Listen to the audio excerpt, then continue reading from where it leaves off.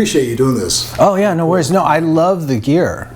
How did you use the Rockcrusher recording in the studio? Well, when I got to Mike Basquette's place and we set up and stuff, I had never used Rivera before, and I saw them set up on the rack in the studio, and I just was like, "So what are we using these for?" And he goes, "We're just attenuating the amps because they're so fucking loud." And I was like, "Okay, cool." And I was a little suspect, and then we had such an amazing guitar sound, and so I kept attributing some of that to the Riveras, so that stuck in my mind.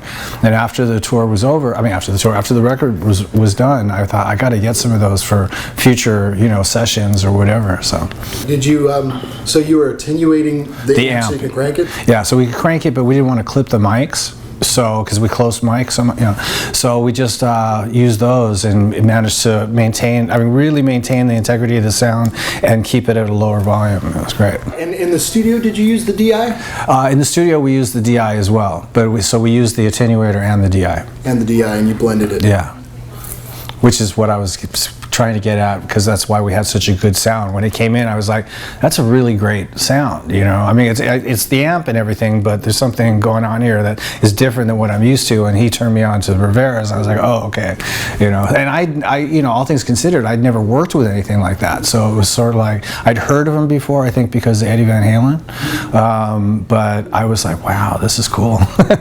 Are you going to attenuate the cabinets live? I'm not using the attenuator because it just brings down the volume too low for me on stage at this point, because I need to match it with the monitors and get the level that I want. And I know the tone will be there, but I need to get my own wedges so I can dial it in the way that I want it. So at this point, we're just using it for the DI because it sounds so good.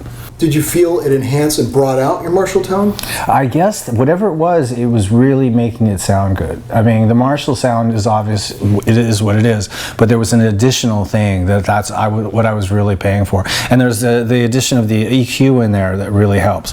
And Mike Basquette, having experience with these, this rig, knew exactly what he was doing, and it just sounded great.